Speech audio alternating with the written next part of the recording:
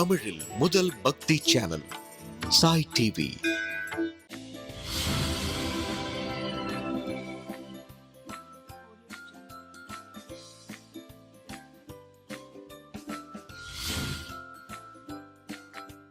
Hello குட்டீஸ், welcome to Sai டிவியின் சுட்டீஸ் நேரம். இன்னைக்கு என்ன சுட்டிலாம் பர்த்டே கொண்டாடுறீங்களோ அவங்க எல்லாருக்கும் விஷ் பண்ணிவிட்டு அதுக்கப்புறமா நம்ம கதைக்குள்ளே போக போகிறோம். ஹாப்பி பர்த்டே, இனிய பிறந்தநாள் நல்வாழ்த்துக்கள் நம்முடைய சாய் டிவியின் சார்பாக. சுட்டீஸ் நேரத்தில் பக்தி கதைகள் கேட்டுக்கிட்டு இருக்கீங்க இல்லையா? இந்த பக்தி கதைகளில் ஸ்ரீராம நவமியிலேருந்து ராமாயணம் நான் சொல்லிக்கிட்டு இருக்கேன். நீங்கள்லாம் கேட்டுக்கிட்டு இருக்கீங்க. நான் கேட்குற கேள்விக்கெல்லாம் ரொம்ப அழகாக சரியான பதிலை அனுப்பிட்டுருக்கீங்க. அவங்க எல்லாருக்கும் சரி. இப்போது என்ன கேட்டுட்ருக்கோம் ராமாயணத்தில் அப்படின்னாக்கா, ஆரண்ய காண்டத்தில் இருக்கும். பல காண்டங்களாக பிரித்து தானே எழுதியிருக்காரு வால்மீகி முனிவர். அதில் பாலகாண்டம் முடிஞ்சு அயோத்தியா காண்டம் முடிஞ்சு ஆரண்ய காண்டத்தில் நம்ம இருக்கோம். ஆரண்யத்தில் காட்டில் இருக்கும் பொழுது என்ன நடந்தது அதுதான் இந்த கதையில் நம்ம பார்த்துட்ருக்கோம். சரி, போன எபிசோடில் எதோட விட்டோம் அப்படின்னாக்க, ராமர், லக்ஷ்மணர், சீதை இவர்கள் சரபங்கர் அப்படிங்கிற முனிவரை மீட் பண்ணுறாங்க இல்லையா? சரபங்கரை சந்தித்ததுக்கு பிறகு சுதீக்ஷணர் அப்படிங்கிற, ஆமாம் ஞாபகம் வந்துருச்சா, சுதீக்ஷணர் அப்படிங்கிற முனிவரை போய் சந்திக்கிறாங்க. அந்த முனிவர் என்ன சொன்னார் ராமர்கிட்ட பார்க்கலாமா? ராமர் அந்த முனிவர்கிட்ட என்ன பேசினார்? சுதீக்ஷணர் என்ற முனிவர் தான் தண்டகாரண்யத்தில் இருந்து கொண்டிருந்தாராம். அவரோட சேர்த்து நிறைய முனிவர்கள் பல பல குடில்களில் குட்டி குட்டியாக ஹட்ஸ் வச்சுட்டு அங்கெல்லாம் இருந்துட்டு இருந்தாங்களாம். அங்கே போகிற ராமர், லக்ஷ்மணர், சீதை 3 பேரும் போகிறாங்க. போன உடனே சுதீக்ஷணரை பார்த்து வணங்குறாங்க. அங்கேயே தங்குறாங்க ஒரு நாளைக்கு. அங்கே சுதீக்ஷணர்கிட்ட கேட்குறார் ராமர். என்ன கேட்குறாருனாக்க, நாங்கள் இங்கு தங்குவதற்கு எங்களுக்கு ஒரு நல்ல இடம் வேண்டும், கொஞ்சம் பார்த்து சொல்லுங்க முனிவரே அப்படின்னு கேட்குறாரு. உடனே அந்த முனிவர் சொல்கிறார், நீங்கள் தங்கலாம், நான் சொல்கிறேன். இந்த தண்டகாரண்யத்திலேயே ரொம்ப அழகான இடங்கள் இருக்குது. அழகான பூக்கள் பூக்கக்கூடிய மரங்கள், சோலைகள், நிறைய ஏரி. இது ஒரு பெரிய ஏரியா. இந்த ஃபுல்லாக முனிவர்கள் எல்லோரும் தவம் செய்து கொண்டு இருக்கிறாங்க. இந்த இடத்துல நீங்கள் எங்கே வேணால் தங்கலாம் அப்படின்னு சொல்லிட்டு தர்மவிரதர் அப்படிங்கிற ஒரு முனிவரை ராமர் லக்ஷ்மணரோட சேர்த்து அனுப்பி வைக்கிறாராம். யார்? சுதீக்ஷணர், ஞாபகம் இருக்கு இல்லையா? அனுப்பி வைக்கிறாராம். இப்போது ராமர், லக்ஷ்மணர், சீதை, அந்த தர்மவிரதர் அப்படிங்கிற வழிகாட்டக்கூடிய முனிவர், இவர்கள் 4 பேருமாக சுதீக்ஷணரிடம் விடை பெற்றுவிட்டு கிளம்புறாங்க. அவங்க எங்கே போய் தங்குறதுன்னு பார்க்குறதுக்காக கிளம்புறாங்க. அப்படி இருக்கும் பொழுது முதல்ல ராமர் போகிறாராம், பின்னாடி சீதை போகிறாங்களாம், அவங்களுக்கு பின்னாடி லக்ஷ்மணர் போகிறாராம். மூவரும் அடுத்தடுத்து செல்கிறார்கள். கூடவே தர்மவிரதர் என்ற முனிவரும் வருகிறார். அப்போ அதை பார்த்துட்டே போகிறாங்க. ரொம்ப அழகழகாக இருக்குது அந்த இடம்லாம், பார்க்குறதுக்கு ரொம்ப பியூட்டிஃபுல்லாக இருக்குது. அந்த இடம் தாண்டி போன உடனே ஒரு பெரிய லேக் இருக்கான், பெரிய ஏரி, கடல் மாதிரி இருக்கான் அந்த ஏரி பார்க்குறதுக்கு. அந்த ஏரிக்கிட்ட போன உடனே ஒரு சத்தம் வந்துட்டுருக்கான். மனுஷங்க பேசுகிற மாதிரியான சத்தம் வருதான். ஆனால் சுற்றி பார்த்தா யாருமே மனுஷங்க இல்லையா. ஆனால் சத்தம் மட்டும் வருது, எங்கேருந்து வருது அப்படின்னு ஒரு சந்தேகம் ராமர் என்ன பண்ணுறாராம், எங்கே போனாலும் ராமர் நம்ம நல்லா கவனிக்கணும். ராமர் எங்கே போனாலும் அங்கங்கே நடக்கக்கூடிய விஷயங்கள் எல்லாத்தையும் கதையாக கேட்குறாரு. அதே மாதிரி கூட வர்றவங்களுக்கும் சொல்லிக்கொண்டே வர்றாரு. இதை நம்ம கற்றுக்கணும் இல்லையா? எல்லார்கிட்டையும் எல்லா இடத்துலையும் எல்லா விஷயத்தையும் கேட்டு கேட்டு தெரிஞ்சுக்கணும். இங்கே ராமர் தர்மவிரதர் அப்படின்னு கூட வரக்கூடிய முனிவர்கிட்ட கேட்குறாரு, இங்கே யாருமே மனுஷங்க இல்லையே, எங்கேருந்து இந்த சத்தம் வருது அப்படின்னு கேட்குறாரு. அப்போது அந்த கூட வர்ற வழிகாட்டியாக வரக்கூடிய முனிவர் சொல்கிறாராம், இந்த ஏரியின் பெயர் பஞ்சாப் சரஸ். இந்த ஏரியின் பெயர் பஞ்சாப் சரஸ். இந்த ஏரியின்லேருந்தான் வருது இந்த சத்தம் அப்படின்னு சொல்கிறாராம். ராமருக்கு ரொம்ப ஆச்சரியமாக போயிடுச்சு. அது எப்படி அப்படின்னு கேட்கும்பொழுது அவர் அந்த கதையை சொல்கிறாராம். மாண்டா கர்ணி அப்படின்னு ஒரு முனிவர் இருந்தார். அவர் தான் இந்த ஏரியை உருவாக்கினார். அந்த ஏரியினுடைய கரையிலேயே அமர்ந்து வெறும் காற்று, ஆக்சிஜன் இருக்கு இல்லையா, இந்த காற்றை மட்டுமே எடுத்துக்கொண்டு இன்ஹேல் பண்ணி அவர் இங்கே தவம் பண்ணி கொண்டிருந்தார். இவர் அதிகமாக தவம் அதிக நாள் செய்ய ஆரம்பித்து தவத்தினுடைய பலன் அதிகமாயிடுச்சு. அப்போது தேவர்களால் பொறுத்துக்க முடியல, பயம் வந்துடுச்சு. எங்கே முனிவர் அதிகமாக தவம் செய்து நம்முடைய பதவிக்கே ஆபத்து வந்துட்டா என்ன பண்ணுறது அப்படின்னு தேவர்கள்லாம் பயந்துட்டாங்களாம். அதனால் என்ன பண்ணுறாங்களா, ஒரு தேவ கன்னிகையே அங்கேருந்து அனுப்புகிறாங்களாம். அனுப்பி அந்த பெண்ணை அனுப்பி, நீங்கள் போய் அவங்களோட தவத்தை கலைச்சி கல்யாணம் பண்ணிவிட்டு அந்த முனிவரோடு இருந்துருங்க அப்படின்னு சொல்லி அனுப்பி வைக்கிறாங்க. அந்த தேவ கன்னிகை அந்த பெண் வந்து கீழே வராங்க. கீழே வந்த உடனே இவருடைய தவம் வந்து இந்த மாண்டா கர்ணி அப்படின்னு சொல்லக்கூடிய முனிவர் வந்து தவத்தை விட்டுட்டு அந்த பெண்ணை திருமணம் செய்து கொள்கிறார். திருமணம் செய்து கொண்டு அவர் தவத்தை விட்டுடுறாராம். சரி, எங்கே அந்த முனிவர் அப்படின்னாக்க, அந்த முனிவர் தான் அந்த ஏரிக்கு அடியிலேயே ஒரு வீடை கட்டி கொண்டு அங்கேயே அவர் வசிக்கிறார். அவர்கள் பேசக்கூடிய அந்த ஒலி தான் நமக்கு கேட்கிறது அப்படின்னு சொன்னாராம். இதை நான் எதுக்கு சொல்கிறேன்னாக்க, ராமாயணத்திலேயே இந்த மாதிரி தண்ணிக்கு கீழே இருக்கக்கூடிய வீடுகள்லாம் இருந்திருக்கு. அதெல்லாம் முனிவர்கள் வந்து தன்னுடைய தவத்தின் வலிமையினால் இதை செய்திருக்கிறார்கள் அப்படிங்கிறதுக்காகத்தான் இந்த விஷயத்தையும் நான் சொல்கிறேன். இதற்கு பிறகு ராமர், லக்ஷ்மணர், சீதை இவர்கள் நடந்து போய்கொண்டே இருக்காங்க. நிறைய ஆசிரமங்கள், நிறைய குடில்கள்லாம் இருக்கான். அதை பார்த்த உடனே சீதை வந்து சொல்கிறாங்க, எனக்கு ஒரே ஒரு சந்தேகம் உங்கள்கிட்ட நான் கேட்கலாமா அப்படின்னு கேட்குறாங்க. சொல்லு சீதை, என்ன விஷயம் அப்படின்னு ராமர் கேட்குறார். அப்போ சீதை சொல்கிறாங்க, நிறைய பேருக்கு வந்து ஆசைங்கிறது வந்து விடவே மாட்டேங்குது. ஆசையின் காரணமாக, ஆசை தான் வந்து பலவிதமான துன்பத்திற்கும் காரணமாக இருக்குது. கஷ்டங்களுக்கெல்லாம் காரணம் ஆசை தான். இந்த ஆசையினால் மிகப்பெரிய மனிதர்கள் கூட தவறு செய்துடுறாங்க. அதில் முக்கியமாக சில தவறுகளை எல்லாம் சொல்கிறாங்க. பொய் பேசுகிறாங்க, சில விஷயங்கள்லாம் தவறாக நடந்துக்கிறாங்க. அதோடு இல்லாமல் வந்து தனக்கு பகைவராக இல்லாதவரை எல்லாம் கொல்றாங்க.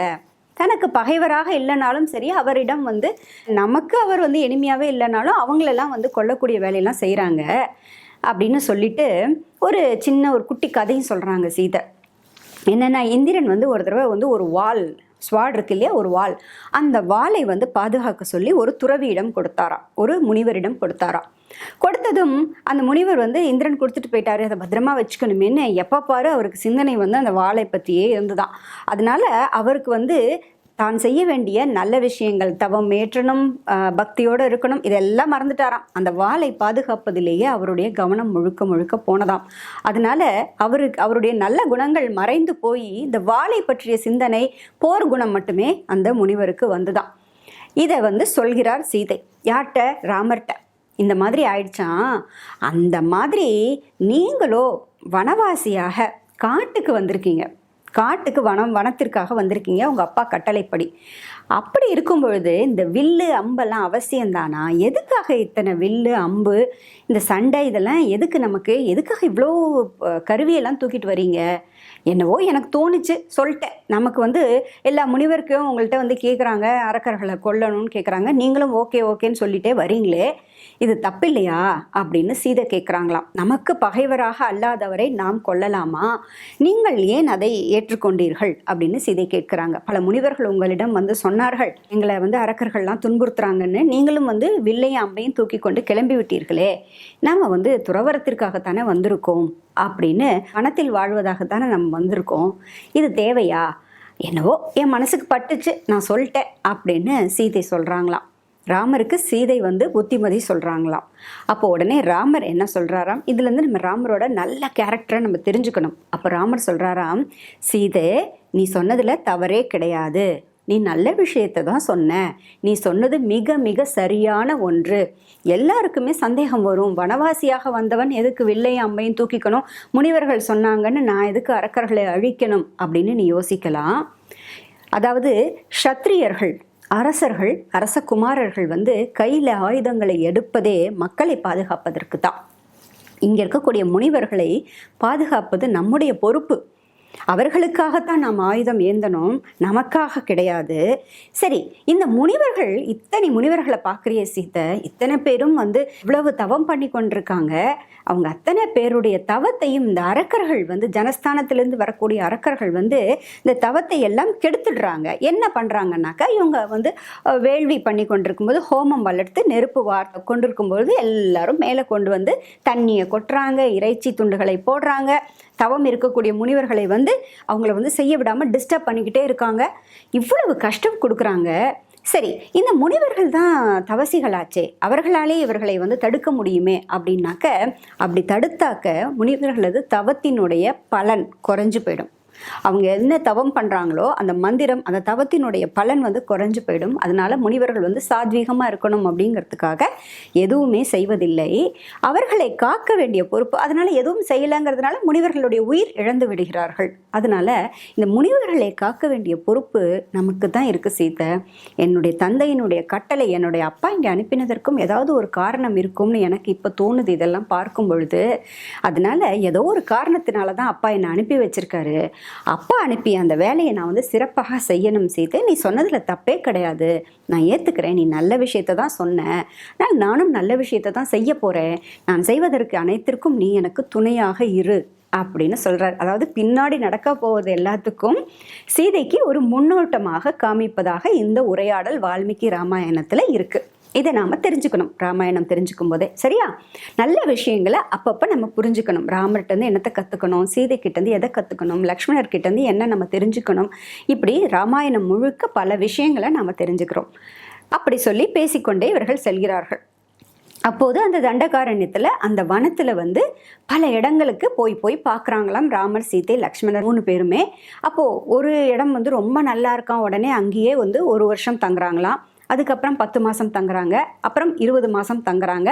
இப்படியே ஒவ்வொரு இடமாக மாறி மாறி தங்கி வருகிறார்களாம். இப்படியே 10 வருஷம் ஆயிடுதான். எத்தனை வருஷம் ஆயிடுது?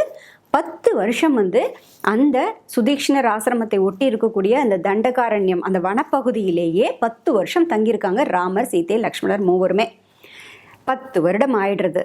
ஆனதுக்கப்புறம் ராமர், லக்ஷ்மணர், சீதை 3 கிளம்பி மீண்டும் சுதீக்ஷ்ணரது ஆசிரமத்திற்கு வருகிறார்கள். 10 வருடம் கழித்து வராங்க. வந்தவங்க சுதீக்ஷ்ணரை பார்த்து வணங்குறாங்க. சுதீக்ஷ்ணர், வாராமா, நீ பார்த்தியா, எல்லா இடமும் பார்த்தியான்னு ஒரு நாள் மாதிரி பேசுகிறாராம். கேட்குறாராம், பிடிச்சதா உனக்கு எல்லா இடமும் பார்த்தியா, நல்லா இருந்ததா ராமா அப்படின்னு கேட்குறாராம். மிக்க மகிழ்ச்சி முனிவரே, நான் பார்த்தேன், எனக்கு ஒரு ஆசை, என்ன அப்படின்னு கேட்குறாரு. நான் வந்து அகத்தியரை சந்திக்க வேண்டும், அவரிடம் ஆசி பெற வேண்டும். அதனால் அகத்தியரது ஆசிரமத்திற்கு எப்படி போகணும் அப்படிங்கிறதை தாங்கள் தான் வழிகாட்டணும் அப்படின்னு ராமர் சொல்கிறாராம். அடுத்தடுத்து வாழ்க்கையிலோட அடுத்த 10 வருஷம் கழிஞ்சிடுச்சு. 14 வருடங்கள் தானே, 14 வருஷம் தானே காட்டில் இருக்கணும், இன்னும் 4 வருஷம் தானே பாக்கி இருக்குது. இப்போ என்ன பண்ண போகிறாருங்கிறத தான் பார்க்க போகிறோம் அப்படின்னு அவர் கேட்குறாராம். சுதீக்ஷ்ண முனிவர்கிட்ட கேட்குறாராம். அகத்தியரது ஆசிரமத்திற்கு நாங்கள் செல்ல வேண்டும், எங்களுக்கு நீங்கள் தான் வழிகாட்டணும் அப்படின்னு சொன்ன உடனே சுதீக்ஷ்ண முனிவர் சொல்கிறாராம், தாராளமாக சொல்கிறேன் அப்படின்னு சொல்லிட்டு இங்கேருந்து 4 யோஜனை தூரம், கொஞ்சம் தூரம் தான், 4 யோஜனை தூரம் போனீங்கன்னாக்க அகத்தியரது சகோதரருடைய ஆசிரமம் வரும். அங்கே போயிடுங்க, அங்கே போய் இரவு தங்குங்க, நல்லா ஓய்வெடுங்கள். அதற்கு பிறகு அங்கிருந்து கிளம்பி 1 யோஜனை தூரத்தில் அகத்தியரது ஆசிரமத்தை நீங்கள் அடையலாம் அப்படின்னு சொல்கிறாராம் சுதீக்ஷ்ணர். சுதீக்ஷ்ணரிடம் விடை பெற்றுக்கொண்டு அவர்கள் 3 அங்கிருந்து அந்த ஆசிரமத்தை விட்டு, அந்த பகுதியை விட்டு, 10 வருடங்கள் இருந்த பகுதியை விட்டு கிளம்புறாங்க. கிளம்பி அவர் சொன்ன மாதிரியே 4 யோஜனை தூரங்கள் நடந்து போகிறாங்களாம். நடந்து போன உடனே அங்கே அகத்தியரது சகோதரரை பார்க்குறாங்க. அவர்கள் வரவேற்கிறாங்க, அவர்களுக்கு வேணுங்கிற உணவுகளை கொடுக்குறாங்க. அங்கேயே அன்று இரவு தங்குறாங்க. தங்கிட்டு அகத்தியரது ஆசிரமத்திற்கு போகணுங்கிறாங்க. அவர்களும் வழிகாட்டுறாங்க. அங்கிருந்து மறுநாள் காலையில் கிளம்புறாங்க. இப்படி கிளம்பி வரும்பொழுது ராமர் வந்து சீதைக்கும் லக்ஷ்மணருக்கும் அகத்தியரை பற்றிய சிறப்பான விஷயங்களை, தான் கற்றுக்கொண்ட விஷயங்களை பற்றி, தான் கேட்டு தெரிந்து கொண்ட விஷயங்களை சொல்லிக்கொண்டே வராராம். அதில் ஒன்று தான், அகத்தியருக்கு கட்டுப்பட்டு அங்கே இருக்கக்கூடிய மலை வந்து வளராமல் இருந்துதான். பிந்திய மலை அப்படிங்கிற மலை வந்து வளராமல் இருந்தது அப்படின்னு சில விஷயங்களை சொல்லிக்கொண்டே, அவ்வளோ சிறப்பு வாய்ந்தவர் அகத்தியர், அவரை நம்ம சந்திக்கிறது ரொம்ப ரொம்ப அவசியம் அப்படின்னு சொல்லிக்கொண்டே கதையெல்லாம் சொல்லிக்கிட்டே வராராம். 1 யோஜனை தூரம் வந்துடுது. அகத்தியரது ஆசிரமத்திற்கு வந்துடுறாங்க ராமர், லக்ஷ்மணர், சீதை. வந்த உடனே அகத்திய முனிவருக்கு உள்ள தகவல் போயிடுது. அவரிடம் போய் சொல்கிறாங்க எல்லாரும், இந்த மாதிரி ராமர் லக்ஷ்மணர் வந்திருக்காரு அப்படின்னு ஒரு அசிஸ்டண்ட் போய் சொல்கிறார். உள்ள ஒரு முனிவர் போய் சொல்கிறார். சொன்ன உடனே அகத்தியர் சொல்கிறாராம், ராமர் லக்ஷ்மணரை தக்க மரியாதையுடன் எதிர்கொள்ள வேண்டும், போங்க போங்க அப்படின்னு சொல்லி அனுப்புகிறாராம். நான் வந்துகிட்டே இருக்கேன், நீங்கள் போங்க அப்படின்னு. உடனே அவர்கள்லாம் போய் ராமர் லக்ஷ்மணரை வந்து மிக ரொம்ப மரியாதையோடு அழைக்கிறார்கள். உள்ளே வாங்க ஆசிரமத்துக்குள்ளே அப்படின்னு அழைக்கிறார்களாம். ராமர் போகிறார், பின்னாடியே சீதை போகிறாங்க, பின்னாடி லக்ஷ்மணர் போகிறார். 3 பேருமாக ஆசிரமத்துக்குள்ளே நுழையிறாங்க. அப்போது அகத்தியரது ஆசிரமம் எப்படி இருந்ததுனாக்க, மும்மூர்த்திகள் தங்கக்கூடிய இடம் தனியாக இருக்கான். அதாவது சிவன், பிரம்மா, மகாவிஷ்ணு இவர்கள் வந்தாக்க அவர்களை அகத்திய முனிவர் சந்தித்து பேசுவதற்கான இடமா. மும்மூர்த்திகளுக்கான இடம் தனியாக இருக்குது, தேவர்களுக்கான இடம் தனியான ஒரு இடமா. இதையெல்லாம் பார்த்து கொண்டே வருகிறார்களாம் இவர்கள் மூவரும். உள்ளே பார்த்து கொண்டே ஒவ்வொரு இடமாக அந்த ஆசிரமத்தினுடைய பகுதிகளை பார்த்து கொண்டே உள்ளே போகிறாங்க. போன உடனே அகத்தியர் தன்னுடைய சீடர்களுடன் தான் இருக்கக்கூடிய இடத்துலேருந்து கிளம்பி வரார் ராமரை வரவேற்பதற்காக. வரவேண்டும் ராமா, வரவேண்டும் ராமான்னு சொல்லிக்கொண்டே வராராம். அப்போது அந்த காட்சி ரொம்ப அழகாக இருக்காம். இந்த பக்கம் ராமர், சீதை, லக்ஷ்மணர், அந்த பக்கம் அகத்தியர், சூழ்ந்த முனிவர்கள். இந்த காட்சியை பார்க்குறதுக்கு ராமருக்கே ரொம்ப சந்தோஷமாக இருக்கான். அப்பொழுது அகத்தியருக்கு தெரியும் வந்திருப்பது மகாவிஷ்ணு தானே, அகத்தியருக்கு தெரியும், வரவேற்கிறார். இருந்தாலும் பகவானது கட்டளைப்படி, ஏன்னா பகவானே தன்னை வெளிப்படுத்திக்காம தானே இருக்கார், அதனால அகத்தியரும் எதுவுமே காமிச்சிக்கல, எதுவுமே வெளிப்படுத்திக்கலையாம். அவரும் வரவேற்கிறார். வரவேற்ற உடனே வணக்கம் அப்படின்னு 3 பேரும் சொல்கிறாங்க. சொன்ன உடனே அகத்தியர் சொல்கிறார், மங்களம் உண்டாகட்டும், உங்களுக்கு சர்வ மங்களமும் உண்டாகட்டும் அப்படின்னு சொல்கிறார். சொல்லிட்டு, நீங்கள் இவ்வளோ தூரத்துலேருந்து வந்திருக்கீங்க, நீங்கள் எல்லோரும் வந்தது எனக்கு ரொம்ப ரொம்ப மகிழ்ச்சியாக இருக்குது. உங்களை வரவேற்பதில் நாங்கள் இந்த ஆசிரமமே புனிதம் பெறுகிறது, மகிமை பெறுகிறது அப்படின்னு சொல்கிறாராம் அகத்தியர். சொல்லிட்டு ரொம்ப களைப்பாக தெரியுறீங்க, அதுலேயும் சீதையை பார்க்கறதுக்கு சீதை ரொம்ப வாட்டமாக இருக்கா, மென்மையான சீதை வாட்டமாக இருக்கிறாள். மற்ற பெண்களாக இருந்தாக்க, அரச குலத்து பெண்களாக இருந்தாக்க, ஆசிரமத்தில் எதுக்கு என்னால் காட்டுக்கெல்லாம் வர முடியாது, ஆசிரமம்லாம் வர முடியாது அப்படின்னு அரண்மனையிலேயே தங்கி இருப்பாள். ஆனால் சீதை அப்படி கிடையாது, உங்கள் பின்னாடியே கற்பு நெறி தவறாமல் உங்கள் பின்னாடியே வந்திருக்கா. பாவம் சீதை இந்த காட்டெல்லாம் அலைஞ்சு திரிந்து கொண்டிருக்கா, உங்களோட சேர்ந்து பார்க்கறதற்கே ரொம்ப கஷ்டமாக இருக்குது, வாடி போயிருக்கா அப்படின்னு அகத்தியர் சொல்கிறாராம். உடனே ராமர் சொல்கிறாராம், நான் அந்த விஷயத்தில் ரொம்ப பெரிய பாக்கியசாலி அப்படின்னு சொல்கிறாராம் அகத்தியர்கிட்ட. எனக்கு இப்படி ஒரு மனைவி கிடைத்ததற்கு நான் பெரும் பாக்கியம் அடைந்தவன், ஐ am very much lucky person அப்படிங்கிற மாதிரி ராமர் சொல்கிறாராம் அகத்தியரிடம். அகத்தியரிடம் பார்த்த உடனே ராமர் கேட்குறாராம், எனக்கு ஒரு உதவி வேண்டும் அப்படின்னா. அகத்தியர் சொல்கிறாராம், என்ன செய்யணும் அப்படின்னு. நாங்கள் தங்குவதற்கு ஒரு நல்ல இடம் காமிக்கணும், நீங்கள் தான் காமிக்கணும் அப்படிங்கிறாராம். அப்போது அகத்தியர் சொல்கிறாராம், அவசியம் காமிக்கிறேன் அப்படின்னு சொல்லிட்டு, ஆனால் அதுக்கு முன்னாடி ஒரு விஷயம் அப்படிங்கிறார். ராமர் என்னது அப்படின்னு கேட்கும் பொழுது, நான் உனக்கு சில பொருட்களை கொடுக்க வேண்டும் ராமா அப்படின்னு சொல்கிறார். சொல்லுங்க அப்படின்னதும், தங்கமும் வைரமும் இழைத்த வில், முதல்ல அதான் கொடுக்குறார். தங்கமும் வைரமும் பதித்த பெரிய வில்லா இருக்கான். அந்த வில்லை தூக்கி கொடுக்குறார் அகத்தியர் ராமருக்கு. கொடுத்துட்டு என்ன சொல்கிறாராம், இது மகாவிஷ்ணுவுக்கு விஸ்வகர்மாவினால் செய்யப்பட்டு கொடுக்கப்பட்ட வில், இது மகாவிஷ்ணுவினுடைய வில், இந்தா ராமா பிடிச்சிக்கோ அப்படின்னு கொடுக்குறாராம். உடனே அடுத்தது அம்புகள், அதாவது சுட்டெரிக்கக்கூடிய அம்புகள், குறி தவறாமல் விட்டால் அந்த அம்பு போய் கரெக்டாக போய் ஃபிக்ஸ் ஆகிடும், அப்படிப்பட்ட அம்புகள் இந்தா அப்படின்னு தூக்கி கொடுக்குறாரு. அந்த அம்புகள் யார் கொடுத்த அம்புகள்னாக்க, பிரம்மா கொடுத்த அம்புகள் இந்தா. முதல்ல மகாவிஷ்ணு கொடுத்த வில்லு, அடுத்து பிரம்மா கொடுத்த அம்புகளையும் கொடுக்குறாராம். அடுத்தது எடுக்க எடுக்க அம்புகள் வளர்ந்து கொண்டே இருக்குமா. அப்படி இருக்கக்கூடிய அம்புகள்லாம் போட்டு வைக்கக்கூடிய அம்பு கூடு, அம்புகளை எல்லாம் பின்னாடி கட்டிப்பாங்க வச்சு அதை சேர்த்து வைக்கக்கூடிய ஒரு கூடு, அது ஒரு இப்படி இருக்கும் ஃபுல்லாக. அந்த கூடை எடுத்து கொடுக்குறாராம். இது இந்திரனால் கொடுக்கப்பட்டது. அதில் இருக்கக்கூடிய அம்புகள் வளர்ந்து கொண்டே இருக்குமா. ஒன்று எடுத்தால் இன்னொன்று வந்துருமா, இன்னொன்று எடுத்தால் இன்னொன்று வந்துருமா, இன்னொன்று எடுத்தால் இன்னொன்று வந்துருமா. அந்த மாதிரி வளரக்கூடிய அம்புகளை கொண்ட அம்பு கூடு இது இந்திரனால் கொடுக்கப்பட்டது அப்படின்னு கொடுக்குறாராம். இன்னொரு வாள் கொடுக்குறாராம், அதாவது தங்க பிடி போட்ட வாள், பெரிய ஸ்வாடு, அந்த வாளையும் கையில் கொடுக்குறாராம். 4 பொருட்களையும் கொடுக்குறாராம். கொடுத்துட்டு, இதனை கொண்டு மகாவிஷ்ணு அரக்கர்களை அழித்த மாதிரி ராமா, நீ அரக்கர்களை அழிப்பதற்கு, கெட்டவர்களை அழிப்பதற்கு உனக்கு இந்த பொருட்கள் பயனாகும், பயன்படும், வைத்துக்கொள் ராமா அப்படின்னு அகத்தியர் கொடுக்குறாராம். இதுவரைக்கும் சரபங்கர் சொன்னதை வேண்டான்னு சொன்னார். சுதீக்ஷணர் தவத்தினுடைய வலிமையை இந்திரன் மூலமாக கொடுத்துருக்கார், சில பொருட்கள் நான் கொடுக்குறேன்னு சொன்னப்போ ராமர் வேண்டான்னு சொன்னார். என்னுடைய மேன்மையினால் நானே பெற்றுக்கொள்வேன்னு சொன்னார் இல்லையா. இப்போது அகத்தியர் இந்த பொருட்களை கொடுக்குறாரு. வாள், அம்பு, அம்பு கூடு, அப்புறம் வில் எல்லாம் கொடுக்குறாரு. உடனே ராமர் எதுவுமே சொல்லலை, அகத்தியரிடம் வணங்கி வாங்கிக்கிறார். வாங்கி கொண்டதுக்கு அப்புறமாக அகத்தியர் சொல்கிறார் அவங்க கிட்ட, இங்கிருந்து 1 யோஜனை தூரம் நீங்கள் போனீங்கன்னாக்க கோதாவரி நதி ஓடிக்கொண்டிருக்கும். அதற்கு பக்கத்தில் பஞ்சவடி அப்படிங்கிற ஒரு இடம் இருக்குது. அந்த இடம் நீங்கள் வாழ்வதற்கு ஏற்ற தகுதியான இடம். அங்கே நீ உன்னுடைய தந்தையின் கட்டளைப்படி தங்கலாம் ராமா. அங்கே நீ தங்கிக்கலாம், நீ நிம்மதியாக இருக்கலாம். நீ வந்திருந்தீன்னாக்க இங்கே இருக்கக்கூடிய முனிவர்களுக்கும் பாதுகாப்பாக இருக்கும் ராமா. அதனால் நீ அங்கேயே போய் தங்கிக்கோ அப்படின்னு சொல்கிறாராம். இங்கே இருந்து போனீங்கன்னா மதுக்க மரங்கள் அப்படின்னு ஒரு குறிப்பிட்ட மரங்கள் உண்டு. அந்த மரங்களை ஒட்டி போனாக்க ஒரு ஆலமரம் வரும். தெற்கு பகுதியாக போனீங்கன்னா ஒரு ஆலமரம் வரும். அந்த ஆலமரத்தை தாண்டிய பிறகு அந்த காட்டுப்பகுதியை நீ தாண்டணும். தாண்டினா ஒரு மேடான பகுதி வரும். அந்த இடம்தான் பஞ்சவடி. நீ அங்கே போய் நீ தங்கிக்கோ ராமா, உனக்கு சகல விதமான நன்மைகளும் உண்டாகட்டும் அப்படின்னு அகத்தியர் வாழ்த்துறாராம். யாரை? ராமரை. ராமர், லக்ஷ்மணர், சீதை. இப்போ இவர்கள் மூவரும் வணங்குறாங்க. யாரை? அகத்தியரை வணங்குறாங்க. வணங்கி கொண்டு விடை பெறுகிறார்கள். அவங்களுக்கு பாய் சொல்லிட்டு அங்கிருந்து கிளம்புறாங்க. ராமர், லக்ஷ்மணர், சீதை 3 பேரும் இப்போ அகத்தியர் கொடுத்த அந்த வில்லு, அம்பு, வாள் எல்லாத்தையும் எடுத்துகிட்டு அங்கிருந்து அவர் சொன்ன வழியிலேயே கிளம்பி வர்றாங்க. கிளம்பி வந்தவங்க பஞ்சவடியை அடைந்து விடுகிறார்கள். அந்த பஞ்சவடிங்கிற இடத்த அடைஞ்சிடுறாங்க.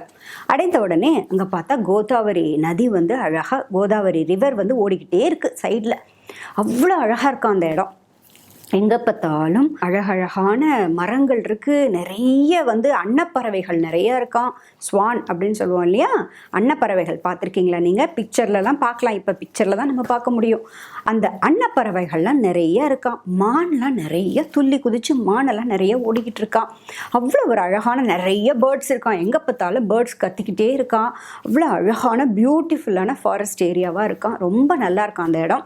அங்கே மேடான பாறை உள்ள பகுதி, மேடான பகுதி, அந்த மாதிரி இடமாக பார்த்து கொண்டே வராங்க. இங்கே எங்கே நம்ம நம்முடைய பர்ணசாலை, நம்முடைய குடியில் நம்ம அமைச்சிக்கலாம் அப்படின்னு பார்த்து கொண்டே வராங்க. அப்போது லக்ஷ்மணர் கேட்குறாராம், அண்ணா நீங்களே ஒரு இடம் பாருங்கண்ணா, இங்கே எங்கே நம்ம தங்கலான்னு நீங்களே ஒரு நல்ல இடத்த தேர்ந்தெடுத்து சொல்லுங்கண்ணா, செலக்ட் பண்ணி சொல்லுங்கண்ணா அப்படின்னு லக்ஷ்மணர் சொல்கிறாராம். அதுக்காக ராமர் ஒரு இடத்தை, குறிப்பிட்ட இடத்தை பார்த்துட்டு, லக்ஷ்மணா இந்த இடம் சரியா இருக்குது, நமக்கு பக்கத்துலேயே நதி இருக்குது, அதனால் நம்ம குளிக்கிறது, நம்முடைய கடன்களை செய்து கொள்வதற்கு இந்த தண்ணி பக்கத்தில் வசதி இருக்கணும், அதனால் இங்கேயே நம்ம இருப்போம் அப்படின்னு ராமர் ஒரு இடத்தை தேர்ந்தெடுத்து சொல்கிறாராம். அந்த இடத்திலேயே உடனே லக்ஷ்மணர் பரபரன் வேலையில் இறங்கிடுறாராம். என்ன பண்ணுறாரு அப்படின்னாக்க, ஒரு தங்குவதற்கு ஒரு பர்ணசாலை, ஒரு குடிசை, ஒரு ஹட் அமைக்கணும் இல்லையா, அதுக்காக போய் மண் எடுத்துன்னு வராராம். மண்ணை எடுத்து குழைத்து அதை சுவராக்குறாராம், வால் பண்ணுறாரு. அப்புறம் நிறைய மூங்கில் கம்பெல்லாம் இருக்கு இல்லையா, மூங்கிலோட அந்த குச்சிகள்லாம் எடுத்துகிட்டு மேலே வச்சு கட்டுறாரு. நடுவே தூண்களை, மரங்களை கொண்டு தூண்களை நிறுத்துறாராம். பெரிய பர்ணசாலையாக அமைக்கிறாராம். பெரிய வீடாக கட்டுறாராம். லக்ஷ்மணரே ஒத்தராக கட்டுறாராம். மேலே பெரிய கிளைகள் இருக்கும் இல்லையா, மரத்தினுடைய கிளைகள். இப்போ பாம் ட்ரீஸ் எல்லாம் பார்த்தீங்கன்னா பெரிய பெரிய கிளைகளாக இருக்கும் இல்லையா, அந்த மாதிரி இருக்கக்கூடிய மரத்தினுடைய கிளைகளை கொண்டு மேலே கயிறு வச்சு கட்டுறாராம். அதுதான் ரூஃப். கயிறு வச்சு கட்டுறாராம். அதுக்கு மேலே புற்களை கொண்டு பரப்புறாராம். புல்லெல்லாம் இருக்கு இல்லையா, பழைய கட் பண்ணி எடுப்பாங்க புல்லெல்லாம், அந்த புல்லை கொண்டு கிராஸ், அதை கொண்டு மேலே அப்படியே பரப்புறாராம். பரப்பி இப்பொழுது மிக அழகான ஒரு பர்ணசாலையை தயார் செய்துட்டார். ஒரு கதவு போடுறாரு. ஒரு அழகான ஒரு குடிலை சரி பண்ணிட்டார். சரி செய்த உடனே அழகாக கட்டிடுறார். யார்? லக்ஷ்மணர். ராமரும் சீதையும் அங்கே அமர்ந்து இந்த காட்சியை பார்த்து கொண்டிருக்காங்க. லக்ஷ்மணர் இதை முடித்த உடனே போய் நதியில் போய் குளிக்கிறார். குளிச்சுட்டு அங்கிருந்து அந்த புது வீட்டுக்குள்ளே போகணும் இல்லையா, அதுக்காக அந்த வீட்டுக்குள்ளே போகிறதுக்கு முன்னாடி சில ரிச்சுவல்ஸ் பண்ணுறாராம், சாந்தி பண்ணுறாராம். அந்த வீட்டுக்குள்ளே போவதற்கு முன்னாடி சில விஷயங்களை பண்ணுறாராம். பண்ணி ப்ரே பண்ணுறாரு. ப்ரே பண்ணிவிட்டு ராமர் சீதையை கூப்பிடுறார். வாங்க அண்ணா, உள்ளே போகலாம் வாங்க அண்ணா அப்படின்னு கூப்பிடுறாராம். அப்போ தான் ராமரும் சீதையும் அந்த வீட்டை பார்க்குறாங்க. அவங்களுக்கு அவ்வளோ சந்தோஷமாக போயிடுதா. இவ்வளோ அழகா, இவ்வளோ அழகா, எவ்வளோ அழகாக கட்டியிருக்க லக்ஷ்மணா அப்படின்னு ரொம்ப சந்தோஷமாயிடுறதான் ராமருக்கு. உடனே ராமர் லக்ஷ்மணரை ஆற தழுவிக்கிறாராம், கட்டி பிடிச்சிக்கிறாராம். கட்டி பிடிச்சி ரொம்ப சந்தோஷம் லக்ஷ்மணா, இவ்வளோ அழகாக கட்டியிருக்கி அப்படின்னு ராமர், லக்ஷ்மணர், சீதை மூவரும் உள்ளே போயிடுறாங்க. இப்படியாக அந்த பஞ்சவடியில் ரொம்ப சுகமாக சந்தோஷமாக வாழ ஆரம்பிக்கிறாங்க.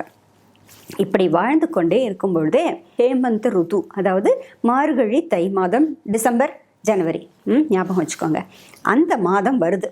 வந்ததும் அது புது இடம் வந்திருக்காங்க இல்லையா, இத்தனை நாளாக நதி பக்கத்தில் இவ்வளோ மந்தாகினி கிட்ட இருந்தாங்க, அதுக்கப்புறம் இப்போ தான் இங்கே இருக்காங்க. இப்போது இங்கே இருக்கும் பொழுது உடனே லக்ஷ்மணருக்கு பரதனுடைய ஞாபகம் வந்துடுதான். அண்ணா, இந்த இடமே எவ்வளவு அழகாக இருக்கு அண்ணா, பார்க்கறதற்கே ரொம்ப ரொம்ப சந்தோஷமாக இருக்கு அண்ணா அப்படின்னு சொல்லிட்டு இந்த இடம் எப்படி இருக்கு அப்படின்னு அந்த இடத்த பற்றி டிஸ்கிரைப் பண்ணுறாராம். டிஸ்கிரைப் பண்ண உடனே ராமர் சொல்கிறாராம், ஆமாம் லக்ஷ்மணா, ரொம்ப அழகாக இருக்குது அப்படின்னு சொன்ன உடனே லக்ஷ்மணர் சொல்கிறாராம், பரதன் பாவான்னா, நமக்காக இந்த குளிர் காலத்தில் இந்த சரையு நதியில் போய் எப்படி தான் குளிப்பானோ தெரியல, அவன் அழகாக அரண்மனையில் இருந்தால் நல்லா வெந்நீரில் குளிக்கலாம், இந்த ஜில்லுன்னு தண்ணியில் போய் அவன் பரதன் குளிக்கணுமே, ஏன் பரதன் இவ்வளோ நல்லவனாக இருக்கானே அண்ணா, 10 வருஷம் ஆயிடுச்சு பரதன் மேலே இருக்கிற கோவம்லாம் போயிடுச்சு, இவ்வளோ நல்லவனாக இருக்கானே அண்ணா, நம்முடைய அப்பாவும் நல்லவர், பரதனும் நல்லவன், ஆனால் அந்த சித்தி மட்டும் ஏன் இவ்வளவு தப்பான புத்தி வந்ததோ தெரியலையே அண்ணா அப்படின்னு லக்ஷ்மணர் சொல்கிறாராம். அதுக்கு ராமர் சொல்கிறாராம், அப்படிலாம் நம்முடைய சித்தியை பற்றி நீ எதுவும் சொல்லக்கூடாது, கைகேயி மாதாவை பற்றி நீ எதுவும் சொல்லக்கூடாது லக்ஷ்மணா, அது தப்பு. ஆனால் பரதனை பற்றி நிறைய சொல்லு, எனக்குமே பரதனை பற்றி நிறைய நீ சொல்ல சொல்ல கேட்கணும் போல் சந்தோஷமாக இருக்குது, எனக்கு பரதனை எப்படா பார்க்க போகிறோன்னு இருக்குது அப்படின்னு அவர்கள் இருவரும் பேசி கொண்டிருக்காங்களாம். யார்? ராமரும் லக்ஷ்மணரும். அப்போ சீதை ஒரு குடம் தண்ணீர் எடுத்துக்கொண்டு அவள் நதிக்கரைக்கு போகிறாங்களாம். இவர்கள் மூவரும் குளித்து விட்டு வர்றாங்க. அப்போது அந்த இடத்திற்கு ஒருவர் வருகிறார். யார் வர்றாங்க? அடுத்த எபிசோடில் பார்க்கலாமா? அது வரைக்கும் நீங்கள் வெயிட் பண்ணணும் குட்டீஸ், சரியா? பாய். சாய் டிவி நிகழ்ச்சிகள் உங்களுக்கு பிடிச்சிருக்கா? லைக் பண்ணுங்க, ஷேர் பண்ணுங்க, கமெண்ட்ஸ் பண்ணுங்க, சப்ஸ்கிரைப் பண்ணுங்க, பக்கத்தில் இருக்கிற பெல் சிம்பலை ப்ரெஸ் பண்ணுங்க.